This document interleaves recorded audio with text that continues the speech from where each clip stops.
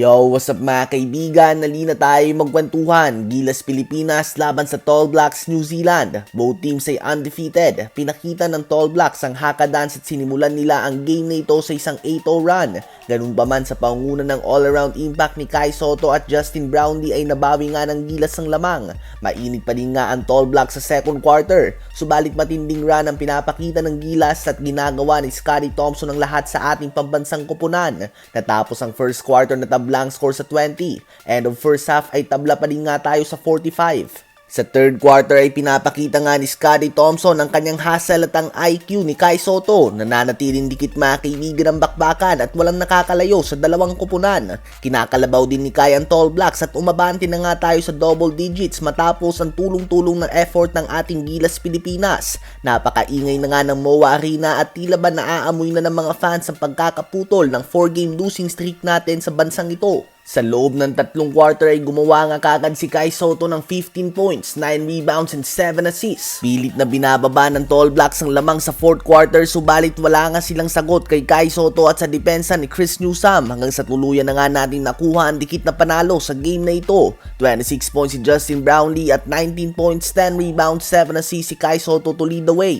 Ngayon ay tumungo naman tayo sa mga naging resulta ng NBA games sa araw na ito. Matapos ang talo kahapon sa Celtics ay bumawi nga ang Cleveland Cavaliers ngayon at tinambakan nila ang New Orleans Pelicans sa score na 128-100. 29 points si Ty Jerome, 20 points si George Niang, 16 points 11 rebounds si Jarrett Allen at 16 points 11 rebounds 7 assists si Jalen Tyson. Nagtala naman ng 31 points and 12 rebounds si Şengün sa 130-113 win ng Houston Rockets laban sa Indiana Pacers. 23 points 8 rebounds din si Jabari Smith Jr., 18 points 6 assists si Fred VanVleet at 14 points 5 assists si Jalen Green habang si Haliburton ay 4 points lang nga.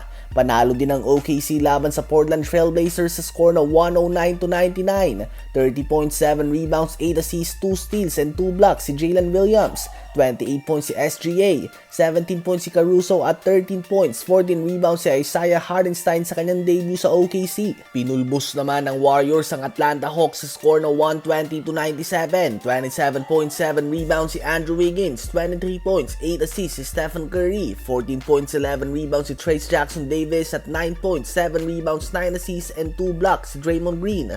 Binigay naman ng New York Knicks ang ikalimang sunod na talo ng Phoenix Suns sa score na 138-122. 34 points, 10 rebounds si Karl Anthony Towns, 36 points, 10 assists si Jalen Bronson, 19 points, 11 rebounds, 6 assists, 3 steals si Josh Hart, 16 points, 5 assists si Mikal Bridges at 14 points, 7 rebounds si OG Anunoby. Ito na ang ikalimang panalo ng Knicks sa 6 na laro.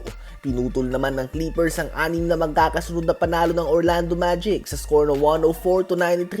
24.7 rebounds, 5 assists si James Harden, 18 points si Amir Coffey at 17 points, 12 rebounds si Zubats.